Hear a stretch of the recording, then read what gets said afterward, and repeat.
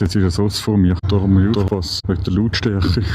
Scheiße, und wenn ich überhole, weißt du, wie laut ist das? Na gut, ich kann keinen lauten TÜV, aber schau, sie können abbeugen.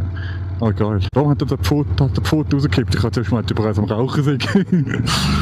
So, ist immer noch 50. Da vorne ist schon aufgehoben. Nein, kennt ihr das? Wenn es rausfährt, ich tue extrem aufpassen. Ich finde es nicht, dass er jetzt Danke gesagt hat, sie viele sind das selbstverständlich, aber ich finde es auch gut, wenn die jetzt halt auch Dankbarkeit zeigen, aber ich zeige Respekt von denen und so wirklich Abstand haben und teilweise, ich bin auch schon überholt, weil es einfach viel zu lang, weil ich nicht irgendwie eine halbe Stunde hinterher kann fahren, aber dann habe ich diesen da gemacht, oder die Kupplung gezogen. Und da ist schon nur noch Abrollgeräusche oder vom Reifen. Schurten, Gemeinde Fisching. Und dann Moin Meisters mit Warnweste, sehr gut sieht es aus.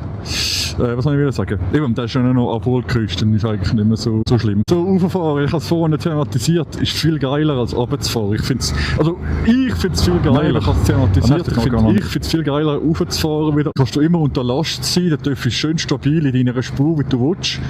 Oder? Wenn er unter Last ist. Und wenn du runterfährst, dann müsstest du eigentlich auch unter Last, also auch Gas geben, aber das ist ein bisschen so, finde ich, so paradox, weißt du? Wenn du runterfährst und dann musst du Gas geben. Das war aber schon bei der Prüfung so gewesen, das haben wir bei der Prüfung auch machen müssen. Hast du oft, dass ich eine Strecke gefahren bin zum Üben, Mann, ich weiß das gut. Richtig viel. Aber ich habe es auch gerne gemacht, das Üben, das Kurvenfahren üben, das habe ich das Geilste gefunden vom ganzen Üben. Geiler als Parkour, geiler als alles. Aber ich habe mir eigentlich schon den Arsch mega aufgerissen für die scheiß Prüfung, Mann. Kannst schon Huren am Anschlag sein. Das ist jetzt, wenn du da siehst, einer fährt raus, irgendwas nicht auf die zielen.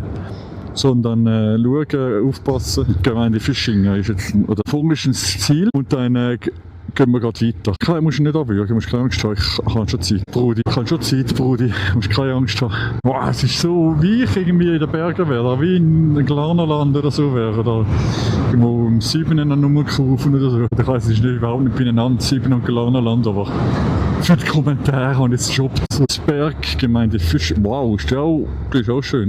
Schönes Gefährtchen haben da. Jungs, warum nicht immer so? Da bin ich da auch schon gewesen, mit dem MX-5. Nein, kann nicht sein, oder?